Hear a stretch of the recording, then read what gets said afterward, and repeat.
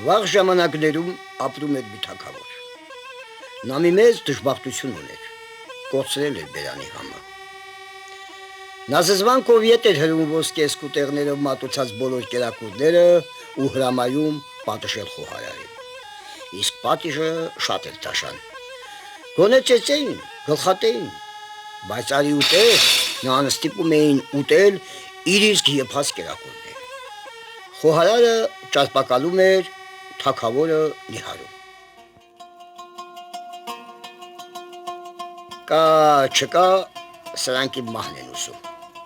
Դավում են գահին։ Ու մի օր էլ պալատական իմաստուններից մեկը խորհուրդ է տալիս. թագավորն ապրած կենա, չուտելով դու փորձան կբերես երկրիդ գլխին։ Լսիր նվաստիս խորհուրդը։ Կեր, քանի որ ախորժակն ու համը ատամի տակ են։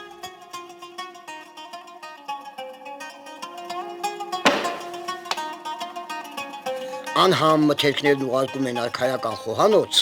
համեղ պատառները իրենք են ուտում։ Դահիճ,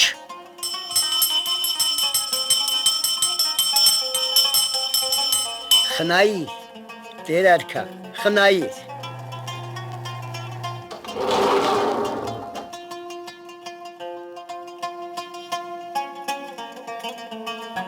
Խնայի, ժամանակ տուր մի քիչ մտածենք, գուցե միջար գտնենք։ Լավ, մտածեք, 3 օր մտածեք։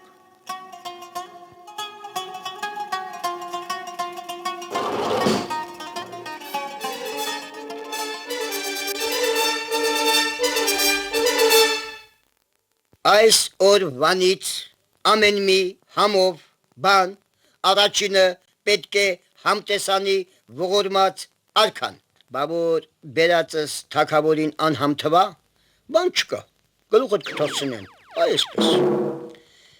Եվ մարդիկ սկսեցին խորամանկել ու ստել, ձմեր ու քոչի, խոտ է, խոտ,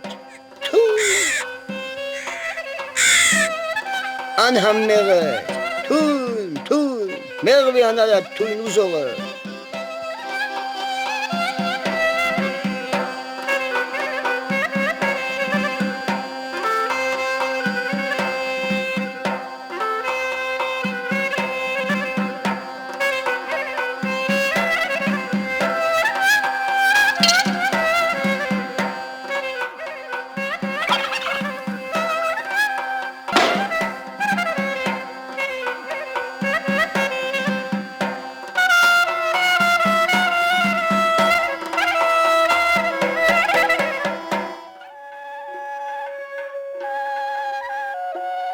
Կեր որդիս, անուշարա, շնորհակալ եմ հայրիկ, ես ինչ համով է, պանիրն էլ է լավը, բախացը, բաղնվեցիք, ասում եք համով է, հա, որ համով է, բա ինչ ասենք, ահնոտ,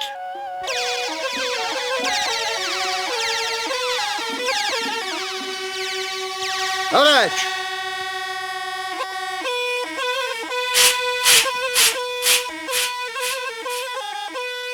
դու այդ քանի գլխանի ես, որ համով պատաղները մենակ ես ուտում, հենց այն պատաղները, որ պիտի բուժեին ձեր արքայական քիմքը, գլխատել, թագավորն ապրած կենա, լսիր իմ խոսքը, ես կարող եմ բուժել քեզ։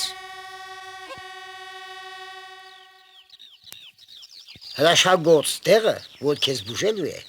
պատրաստվելու է այս ցորենից, բայց հունձն ու մնացած բոլոր աշխատանքները հիվանդը ինքը պիտի անի։